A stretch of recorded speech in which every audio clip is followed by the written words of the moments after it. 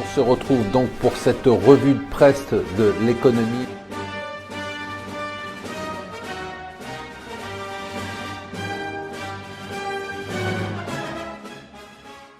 Bonjour et bienvenue sur Mon Financier. Nous sommes le lundi 20 mars, c'est la revue de presse de l'Écho. On commence avec un changement d'ambiance qui est très sensible.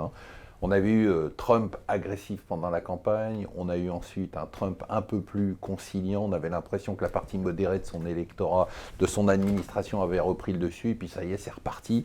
On a l'impression que là, on est retour à la case agressive. Alors d'abord, le G20 des ministres des Finances, c'est quand même incroyable, ça fait depuis 2005 qu'on n'avait pas eu un communiqué qui ne mentionnait pas qu'on devait œuvrer pour le libre-échange et lutter contre le protectionnisme. Les Américains ont refusé, absolument refusé qu'on inscrive cette clause dans le communiqué. C'est quand même un tournant assez important. D'autre part, deuxième élément, bon, on en a suffisamment parlé ce week-end, la façon glaciale dont a été reçue Merkel et le contraste avec la façon dont a été reçue Theresa May. Et enfin, un élément qui est très important, c'est que les États-Unis veulent peser maintenant sur toutes les instances internationales en disant, écoutez, c'est nous qui sommes les plus gros contributeurs, donc c'est nous qui devons avoir le pouvoir. Du coup, par exemple, ils voudraient peser sur le FMI pour empêcher une nouvelle aide à la Grèce en disant attendez, on ne va pas passer notre temps à refinancer la Grèce, faire comme les Européens, c'est pas notre problème la Grèce, c'est le problème de l'Europe. On sent très bien derrière tout ça qu'il y a une volonté de bras de fer, en particulier avec l'Allemagne. Alors il faudra voir, parce qu'on a eu une rencontre entre les Chinois et les Américains ce week-end, il faudra voir si c'est simplement à nouveau une phase agressive de l'administration Trump ou si c'est simplement l'Union européenne qui est dans le collimateur et finalement il va s'adoucir un peu avec les Chinois ou les Japonais.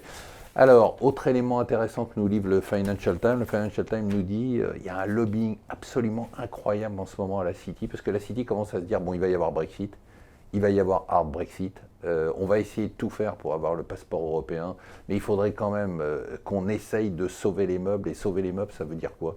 Ça veut dire faire de la City un paradis fiscal, un paradis réglementaire. Donc ils sont en train de faire un lobbying absolument phénoménal pour obtenir moins de contraintes réglementaires et des réductions d'impôts spectaculaires. Alors ce soir, ça sera le débat.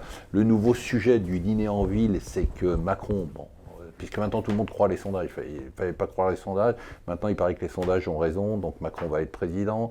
Alors le seul truc, c'est que malgré l'espoir d'une vague en marche aux législatives, l'ancrage quand même de beaucoup de candidats fera que ça sera difficile, et du coup le nouveau scénario dans les dîners en ville, c'est de dire Macron président, mais d'un autre côté les Républicains, finalement il y a un rejet de Fillon, mais il n'y a pas un rejet des Républicains, donc les Républicains auront la majorité à l'Assemblée, et donc on va avoir une cohabitation Macron-Barouin. Voilà, ça c'est le nouveau sujet des dîners en ville, jusqu'à ce soir où les sujets vont changer après ce débat avec les 5 principaux candidats qui devrait durer 3 heures. Et enfin, je ne suis pas très rock'n'roll, mais il paraît que Chuck Berry est mort. Moi, je pensais qu'il était mort depuis 10 ans. Voilà, je vous souhaite une bonne journée.